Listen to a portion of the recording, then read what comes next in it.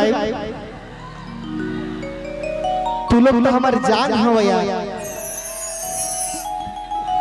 एगो बिया ऐसा पगली हो ना, मैं बिल्कुल गाऊंगा। कृपया मन से नीचे उतर जाए। आज मैं जो भी पूछूं ना वो आप लोगों का प्यार और आशीर्वाद है, क्योंकि गोलुआ के गोलुआ माई बाबू बनैले बा, लेकिन गोलुआ के गोलू गोल्ड तू लोग बनैले बड़ा। कृपया मन से नीचे उतरे। और हम चाहब कि एक बार आशीष भैया बहुत ही प्यारे इंसान जिसका मैं जितना भैया भैया बखान करूं कम होगा। आज हम लोगों का रिलेशन लगभग 8-9 नहीं, ये रियल बता रहा हूं भैया। आप मेरे साथ तब थे जब हरियर नंबरी शूट हो रहा था, 9 साल हो गया लगभग यही बलिया में, और आज भी हम लोगों का प्रेम वैसा ही है। तो हम चाहेंगे कि आशीष भैया लव यू, क्योंकि आप बहुत प्यार देते हैं और बहुत अच्छे इंसान हैं। हम चाहेंगे कि आशीष भैया के लिए एक बार ताली बजे भाई, आशीष यादव जी के लिए। थैंक यू सो मच भैया, थैंक यू। लेकिन अभी एगो गाना बाजा था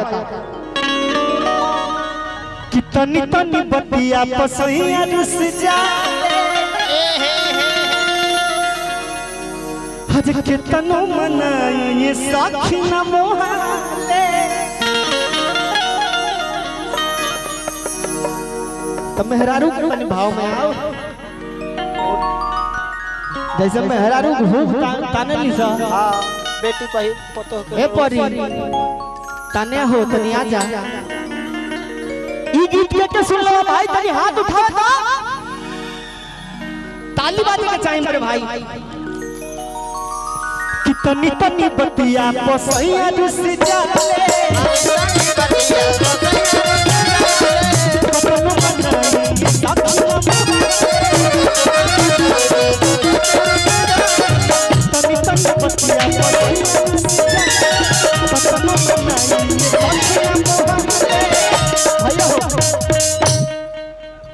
जानतनी औरतिया क्या कहतिया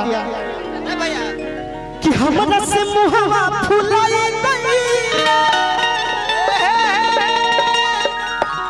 अपना सखी से कहते कि रे सखी हम कितना प्यार करीला अपन मर्द से, लेकिन ऊ जो बाड़े तनिको हमरा पर ध्यान ना देवेले। औरतिया कहते ताने कि हमरा से मुहवा फुलाई ऊपर देसी सजना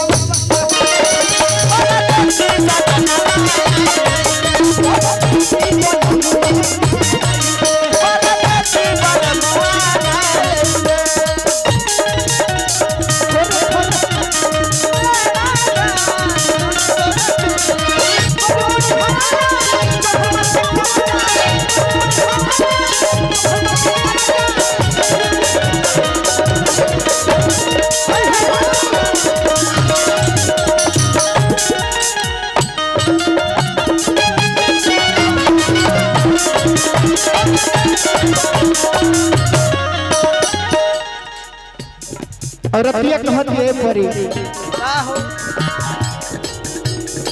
कहले हम बीती बानी अपन बीजा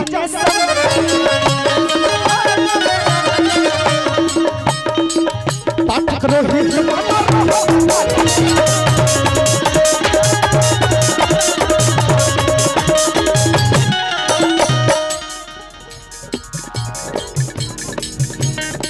कहले हम बीजी बानी अपन बीजा में पाठक रोहित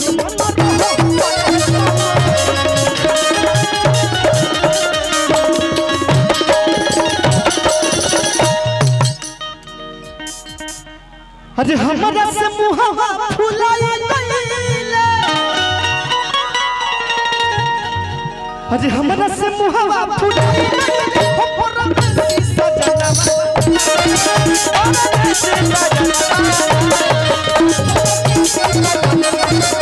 बोले मुँह